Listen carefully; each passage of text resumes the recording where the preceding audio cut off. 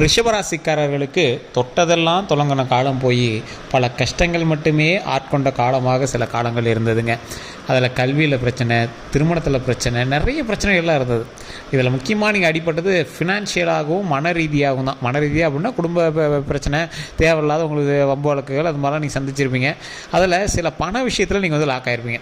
அந்த பண விஷயம் எதை நோக்கி போக போகுது அப்படின்னா, தொழில் ரீதியான சில விஷயங்கள் நோக்கி போக போகுது.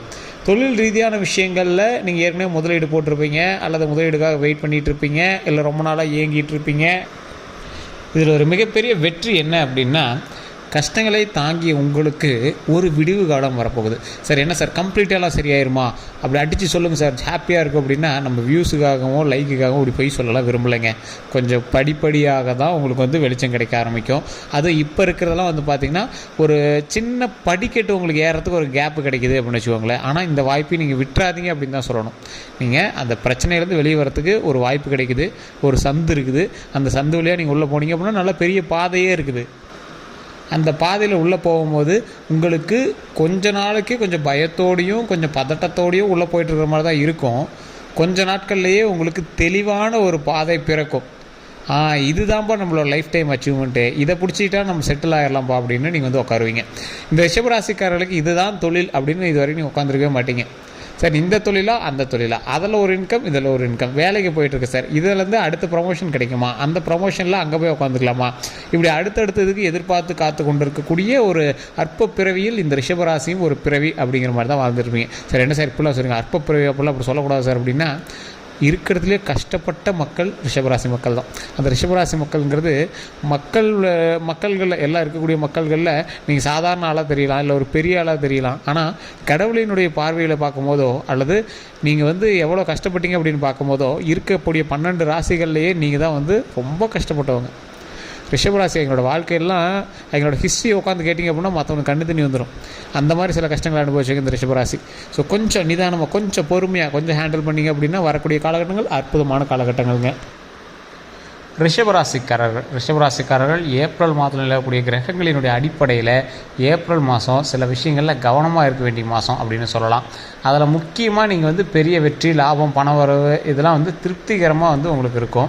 ஆனாலும் அதில் சின்ன சின்ன எச்சரிக்கைகள் உங்களுக்கு இருக்கும். அதான சொன்னல, முதல் படிக்கட்டு தான். ஸோ பெரிய உங்களுக்கு வெளிச்சம் தெரியுதான்னு கேட்டால் வெளிச்சம் வரதுக்கான வாய்ப்பு தெரியுது. அதே போல் இந்த ரிஷபராசிக்காரர்களுக்கு குடும்பம், திருமணம், பொருளாதாரம், வேலை, தொழில் இந்த மாதிரி விஷயத்தில் முழுமையான ராசி பலனை இப்போ நம்ம பார்க்கலாம். தயவு செய்து வீடியோ ஸ்கிப் பண்ணாமல் பாருங்கள். நிறைய பேர் கேட்ட விஷயங்கள் இதுதான். ஸோ அது எல்லாத்தையுமே ஃபில்டர் பண்ணி எல்லாத்தையுமே சொல்ல போகிறோம். அதே போல் நிறைய பேர் தனிப்படையான ஜோதிடம் பார்க்கணும்னு ஆசைப்பட்றீங்க. தயவு செய்து நீங்கள் கீழே இருக்கக்கூடிய நம்பருக்கு ஃபோன் பண்ணி நீங்கள் பேசி தெரிஞ்சுக்கலாம். பிறந்த தேதி, பிறந்த நேரம், பிறந்த ஊர், இதை 3 மட்டும் சொன்னீங்க அப்படின்னா போதுமானது. இல்லை சார் நாங்கள் லோக்கல்லே பார்த்துக்குறோம் அப்படின்னா தயவு செய்து பார்த்துக்கலாம். லோக்கலில் உங்களுக்கு ஜோதிடம் பார்த்து உங்களுக்கு சாட்டிஸ்ஃபேக்ஷன் இல்லைங்கிறவங்க மட்டும் இந்த நம்பருக்கு நீங்கள் ஃபோன் பண்ணுங்கள்.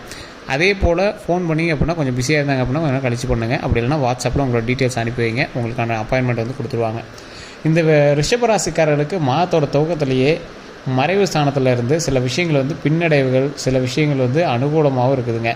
அதுலேயுமே பார்த்திங்கன்னா குறிப்பிடத்தக்க விஷயம் மட்டும்தான் உங்களுக்கு கை கொடுக்குதே தவிர, ஒரு சில விஷயங்கள் உங்களோட கொஞ்சம் கை நழுவி தான் இருக்குது. அந்த இடத்துலலாம் நீங்கள் கொஞ்சம் பார்த்து பராமரித்து தான் இருந்தாகணும். இது இன்னையிலேருந்தே 15 நாட்கள்னு வச்சுக்கோங்க. இந்த ஏப்ரல் மாதத்தோட பலன் முன்னாடி இருக்கக்கூடிய 5 நாட்களே உங்களுக்கு தெரிய ஆரம்பிக்கும். இது ஏப்ரல் மாதம்னு மட்டும் சொல்ல முடியாது. முன்னாடி இருக்கக்கூடிய இந்த மார்ச்லேயுமே 5 நாட்கள் உங்களுக்கு இப்படி தான் இருக்க போகுதுங்க. அதே மாதிரி கிட்டத்தட்ட மாதம் முழுவதுமே பார்த்திங்கன்னா இந்த நிலை கண்டிப்பாக இருக்குது. எந்த செயல்களை செஞ்சீங்க அப்படின்னாலும் சிந்தித்து செயல்படுவது ரொம்பவே நல்லது. இருந்தாலும் மற்ற இடங்கள் அனைத்துமே பார்த்திங்கன்னா பெரும்பாலும் சாதகமான நிலையில் இருப்பதால் பெரிய கஷ்டங்கள் உங்களுக்கு வரதுக்கு சான்ஸ் இல்லைங்க. கவலைப்பட தேவையில்லை. கொஞ்சம் பொறுமையாகவும் நிதானமாக பண்ணிங்க அப்படின்னா போதுமானது. அதே போல் பண வரவு, பொருளாதாரம்லாம் பார்த்திங்கன்னா திருப்திகரமாக இருக்கும். லாபஸ்தானத்தில் 3 கிரகங்கள் சஞ்சரிச்சிருக்கிறதுனால, புதன் வக்ர நிவர்த்தி பெறுவதால் இந்த அனைத்துமே பார்த்திங்கன்னா பெரிய அளவுக்கு யோகங்களை கொடுக்குங்க. இது எல்லாமே ஓரளவுக்கு நல்லா பெரிய அளவு யோகங்களை கொடுக்குது. ஒரு சில நாட்கள் மனக்குறைகள் அல்லது சங்கடங்கள் எல்லாமே ஏற்பட்டுச்சு அப்படின்னா கூட மாதத்தோட கடைசியில் பார்த்திங்கன்னா அது ஒரு அனுகூலமான வாரமாக உங்களுக்கு பலனாக கிடைக்குங்க. கொஞ்சம் நிதானமாக பண்ண வேண்டிய விஷயந்தான். இருந்தாலும் உங்களை கொஞ்சம் மனத்தை குழப்பி அப்படியே உங்களை ஒரு மாதிரி யோசிக்க வச்சு பண்ணக்கூடிய நேரமாக இருக்குதுங்க. கொஞ்சம் பொறுமையாகவே எல்லாம் ஹேண்டில் பண்ணிங்க போனால் ரொம்ப நல்லது. ரிஷபராசிக்கு இந்த ஏப்ரல் மாதத்துக்கு முன்னாடி 5 நாட்கள்லேருந்து அடுத்த 15 நாட்கள் ஏப்ரல் மாதம்னு கூட வச்சுக்கலாம். இதில் பணமும் பொருளாதாரம் எப்படி இருக்க போகுது அப்படின்னா, ரிஷபராசிக்காரர்களுக்கு ஏப்ரல் மாதத்தில் திடீர் செலவுகள் வந்து ஏற்படுறதுக்கான வாய்ப்புகள் இருக்குது. இதனால் பொருளாதார ரீதியாக சின்ன பின்னடைவு உங்களுக்கு வந்து கண்டிப்பாக உண்டு. அதில் சாத்தியமும் இருக்குதுங்க, ஓரளவுக்கு தான். ரொம்பவும் நீங்கள் வந்து பின்னடைவுலாம் கிடையாது, ஓரளவுக்கு தான். அதில் கொஞ்சம் பார்த்து பொறுமையாக இருங்க. வரவு செலவெல்லாம் பார்த்திங்கன்னா திட்டமிட்டு செலவு செய்வது ரொம்பவே நல்லது. செலவுகளை பெருமளவு குறைக்கிறது ரொம்பவே நல்லது. வருமானம் சீராக இருக்கும். தடைப்பட்ட வருமானம், நீண்ட நாட்களாக கிடைக்க வேண்டிய தொகை எல்லாமே வந்து பார்த்திங்கன்னா ஏப்ரல் மாதத்தில் 2வது வாரத்தில் வந்து கைக்கு கிடைக்குங்க. ஒரு ஃபஸ்ட்டு வாரத்தில் வந்து உங்களுக்கு இழுபறியாக இருக்குது, 2வது வாரம் கை கிடைக்குங்க. அதே மாதிரி வீட்டுக்கான திடீர் செலவுகள்லாம் வந்து உங்களுக்கு இருக்கிறதுக்கு வாய்ப்பு இருக்குது. அதை கொஞ்சம் பார்த்து பண்ணுங்கள். அது சுப செலவுகள் தான், ஒன்றும் பெரிய இதெல்லாம் இருக்காது. அதனால் கொஞ்சம் பார்த்து நிதானமாக பண்ணிங்க அப்படின்னா ரொம்ப நல்லதுங்க. அதே போல் ரிஷபராசிக்கு ஏப்ரல் மாதத்தில் ராசி பலன் அப்படின்னு பார்த்தீங்கன்னா, வேலை அப்புறம் தொழில் வந்து பார்த்திங்கன்னா, ரிஷபராசிக்காரர்களுக்கு ஏப்ரல் மாதம் முழுவதுமே பார்த்திங்கன்னா வேலை தொழில் ரெண்டுமே சம்மந்தப்பட்ட விஷயங்களில் பெரிய சிக்கலோ பாதிப்புகளோ எதுவுமே வந்து ஏற்படாதுங்க. அந்த அளவுக்கு பாதிப்பு ஏற்படுது அப்படின்னாலும் கொஞ்சம் ஓரளவுக்கு நிம்மதியாகவும் பொறுமையாகவும் ஹேண்டில் பண்ணிங்க அப்படின்னா ரொம்பவே நல்லது. தொழிலில் சின்ன சின்ன சிக்கல்கள் உங்களுக்கு வந்து இருக்கிறதுன்னு வாய்ப்பு இருக்குது. அதை பொறுமையாக ஹேண்டில் பண்ணுங்கள். உங்கள் கீழே வேலை பார்க்குறவங்க அல்லது உங்களுக்கு மேலே வேலை பார்க்குறவங்க, நீங்கள் வேலைக்கு வச்சவங்க, இவங்க எல்லாத்துட்டையுமே கொஞ்சம் பார்த்து செயல்பட்டீங்க அப்படின்னா ரொம்பவே நல்லதுங்க. வியாபாரம் செய்கிறவங்களுக்கு பெரிய வளர்ச்சி முன்னேற்றம் கண்டிப்பாக இருக்குதுங்க. அதே மாதிரி குரு அப்புறம் புதன் ஆகிய 2 கிரகங்களினுடைய பரிவர்த்தனை யோகம் வந்து பார்த்திங்கன்னா தொழில் ரீதியாக பெரிய வளர்ச்சியும் எதிர்பாராத புதிய ஒப்பந்தங்களையும் வந்து சாத்தியமாகுங்க. நீங்கள் எதிர்பார்த்துருக்க மாட்டீங்க, இந்த ஒப்பந்தம் வந்து உங்களுக்கு கிடைச்சிருக்குமா, இந்த ஆப்ஷன் வந்து உங்களுக்கு கிடைக்குமா, இந்த சலுகைகள் வந்து உங்களுக்கு கிடைக்குமா அப்படின்னா கிடைக்காத ஒரு விஷயம் வந்து கண்டிப்பாக உங்களுக்கு கிடைக்கும். அது கொஞ்சம் நிதானமாக தான் கிடைக்கும். அதுக்கு நீங்களாக போய் ஒன்றும் இது பண்ணாதீங்க, தானாகவே வந்து அமையும். வாய்ப்பு வரும், அந்த வாய்ப்பு வந்து நீங்கள் பயன்படுத்திக்கோங்க. வேலை மாற வேணும் அப்படின்னு விரும்புகிறவங்களுக்கு எல்லாமே இது யோகமான காலமாக இருக்கும். ஏன்னா ஒரு வேலையிலேருந்து நீங்கள் மாறுறீங்க அப்படின்னா அந்த வேலையை விட்டு நீங்கள் வெளியே போய் வேறு வேலையை ஜாயின் பண்ணுற மாதிரி தான். ஸோ அந்த மாதிரி ஒரு காலகட்டம் தான். ஸோ வேலையில் கொஞ்சம் பத்திரமா இருங்க. ஏற்கனவே வேலையில் இருக்கிறவங்க கொஞ்சம் பத்திரமா தான் இருந்தாகணும் அப்படிங்கிற ஒரு காலகட்டமும் இருக்குதுங்க. அதே மாதிரி இந்த ரிஷபராசிக்காரங்க இது ஏப்ரல் மாதத்துலேயும் சரி, அதுக்கு முன்னாடி ஒரு 5 நாட்கள்லேயும் சரி, எந்த விஷயத்தில் நீங்கள் கவனமாக இருக்கணும் அப்படின்னா, ஏப்ரல் மாதத்தில் முதல் பகுதியில் சாதகமாக இருந்த உங்களுடைய வீட்டு சூழல் ஏப்ரல் மாதத்தோட 2வது பகுதியில் சற்று அசௌகரியமான நிலையை வந்து காட்டுதுங்க. அதான் முன்னாடி சொன்னல, வீட்டு சம்மந்தப்பட்ட செலவுகள் இருக்கும், சுப செலவுகளாகவும் இருக்கலாம். கொஞ்சம் பார்த்து பண்ணிங்க அப்படின்னா பரவாயில்லையா இருக்கும். வீட்டுக்காக அப்புறம் குடும்பத்துக்காக கூடுதல் செலவு வந்து செய்ய வேண்டிய சூழல் வந்து உங்களுக்கு இருக்குதுங்க. அதே மாதிரி சுக்கிரனுடைய மறைவு சாணத்தில் இருப்பதால் மனக்குழப்பமும் செலவுகளும் அதிகரிக்கும். சுக்கிரனுங்கிறது என்ன, அது லக்ஸுரி, சந்தோஷம், பெண்கள் சம்மந்தப்பட்ட விஷயங்கள், இந்த மாதிரி விஷயத்தெல்லாம் உங்களுக்கு மறைவு சாணத்தில் இருக்குது. அப்போ என்ன பண்ணுது, மனக்குழப்பம், பெண்களால் உங்களுக்கு மனக்குழப்பம் இருக்கிறது வாய்ப்புகள் இருக்குது. அதே மாதிரி செலவுகள் வந்து உங்களுக்கு அதிகரிக்கிறதுக்கான வாய்ப்புகள் இருக்குது. எதிர்பார்ப்புகள் உடனடியாக நிறைவேறும். ஆனால் அந்த எதிர்பார்ப்புகளுக்கு சின்ன சின்ன தடை வந்து தான் நிறைவேறும். அப்போ வந்து என்ன ஆகுது, நீங்கள் ரொம்ப எதிர்பார்த்து காத்திருப்பீங்க, டக்குன்னு அது நிறைவேறாமல் இருக்கும். கொஞ்ச நேரம் டைம் எடுக்கும், இல்லையா அடுத்த சில மாதங்கள் ஆகும், அப்புறமேட்டு தான் உங்களுக்கு வந்து நிறைவேறும். அந்த மாதிரி ஒரு சூழலும் இருக்குது.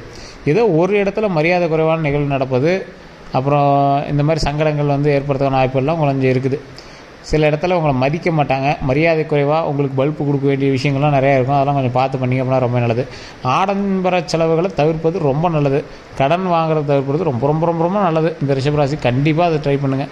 அதே மாதிரி சில விஷயங்களை மட்டும் சின்ன சின்ன அசௌகரியங்கள் அப்புறம் செலவுகள் ஏற்படுற வாய்ப்புகள் இந்த மாதத்தில் இருக்கிறதுனால மாதம் முழுவதுமே பொருளாதாரம், பணவரவு, வாராக்கடன் சூழல், அதாவது வேலை அப்புறம் தொழில் நல்ல முன்னேற்றம் இருக்குது தவிர மற்றத்தில் எதுவும் பெரிய அனுகூலமான ஒரு விஷயங்களாக இல்லை. வேலையில் ஓரளவுக்கு பரவாயில்லையாக இருக்குது, தொழிலில் பரவாயில்லையாக இருக்குது. அதுலேயுமே கொடுக்கல் வாங்கல கொஞ்சம் எச்சரிக்கையாக தான் இருக்குது. குடும்ப சூழல் சம்மந்தப்பட்ட விஷயத்தில் 2வது வாரத்தில் கொஞ்சம் பணம் அதிகமாக செலவு பண்ணுறதுக்கான வாய்ப்புகள் இருக்குது. ஸோ அதெல்லாம் கொஞ்சம் கவனமாக இருங்க. தொழில் மந்த நிலையை போக்கணும் அப்படின்னா கடவுள் வழிபாடு கண்டிப்பாக பண்ணணும். உங்களுடைய தசாபுத்தி எப்படி இருக்குது அப்படின்னு ஃபஸ்ட்டு செக் பண்ணிக்கோங்க. ஏற்கனவே இப்போ நான் சொன்னதெல்லாம் உங்களுக்கு மேட்ச் ஆச்சு அப்படின்னா உண்மையாக இல்லையான்னு கமெண்ட் செக்ஷனில் பற்றி விடுங்க. நான் சொல்லக்கூடிய விஷயத்தை ஃப்ரீ டைமில் வீட்டில் எப்பயுமே சொல்லுங்கள். ஓம் சுக்கர பகவானே போற்றி, ஓம் சுக்கர பகவானே போற்றி, ஓம் சுக்கர பகவானே போற்றி. இது லக்ஸூரியான லைஃப் தரத்துக்கு, மனவரவு தரத்துக்கு, உங்களை மகிழ்ச்சியாக வச்சுக்கிறதுக்கான ஒரு விஷயம். ஸோ இந்த சுக்கர பகவானை வழிபட்டுட்டு உங்களுடைய குலதெய்வ வழிபாடு கண்டிப்பாக எப்பயுமே நீங்கள் பண்ணுங்கள். விநாயகர் வழிபாடு, குலதெய்வ வழிபாடு கண்டிப்பாக பண்ணுங்கள். அதன் மூலமாக பல நன்மைகள் உண்டு. தொழில் ரீதியான விஷயங்களில் மிகப்பெரிய லாபகரமான சில விஷயங்கள்லாம் இருக்குது.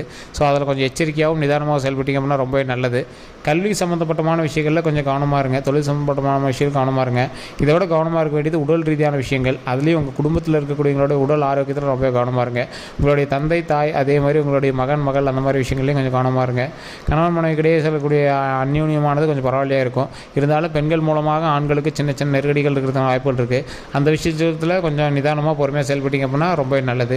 வார்த்தைகள், பேச்சுவார்த்தைகள், சண்டை சச்சரவுகள் எல்லாம் கொஞ்சம் நடந்துட்டிங்கன்னா பரவாயில்லையா இருக்கும். அதே போல் அந்த விஷயத்துலையும் கொஞ்சம் கவனமாக நிதானமான வார்த்தைகளை விட்டிங்க அப்படின்னா ரொம்பவே நல்லதுங்க. வேறு ஏதாவது தகவல்கள் வேணும் அப்படின்னா தயவுசெய்து நீங்கள் கமெண்ட் செக்ஷனில் பதிவிடுங்க. நீங்கள் ஃபோன் பண்ணி பேசி தெரிஞ்சிக்கலாம். நிறைய பேர் ஃபோன் பண்ணால் சார் பிஸின்னு வருதுங்கிறீங்க, கொஞ்சம் வெயிட் பண்ணி தான் பண்ணுற மாதிரி இருக்கும். வாட்ஸ்அப்லேயும் நீங்கள் வந்து தொடர்பு கொள்ளலாம். வெளிநாட்டு மக்களாக இருந்தீங்க அப்படின்னா தயவுசெய்து நீங்கள் வாட்ஸ்அப்பில் நீங்கள் வந்து டீட்டெயில் அனுப்புங்க. உங்களுக்கான அப்பாயின்மெண்ட் கொடுத்தோன்னே உங்களுக்கான ஃப்ரீ டைமில் ஆல்டர் பண்ணிட்டு உங்களுக்கு வந்து பேச சொல்லுவாங்க. வேறு எந்த கருத்துக்களாக இருந்தாலும் மறக்காம நீங்கள் ஃபோன் பண்ணி கேட்டுக்கலாம். எல்லோருக்கும் நன்றி நண்பர்களே.